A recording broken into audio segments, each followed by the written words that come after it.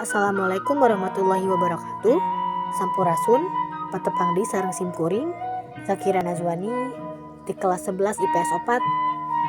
Ayeuna abdi bade ngadugikeun warta tentang banjir di Bale Endah.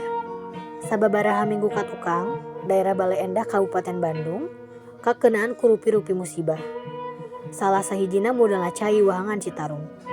Masar kana data anu aya, kurang lebih 1.576 imah katut wangunan sakola jeung pamerintahan kakeum ku cai wahangan Citarum. Panyebab budalna cai wahangan teh sabab gedena cai hujan jeung lobana runtah anu ngahalangan kokocoran anu ngabulakarkeun cai jadi ngayembeng. Pamarentah daerah geus ngadata korban jiwa ka sababaraha tempat.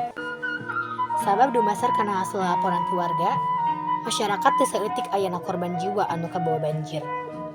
Masyarakat Kota Bandung ngarasa prihatin ku ayana musibah eta.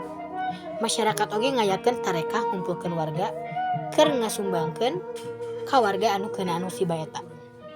Sakitu wae warta anu tiasa simkuring dugikeun. Wassalamualaikum warahmatullahi wabarakatuh.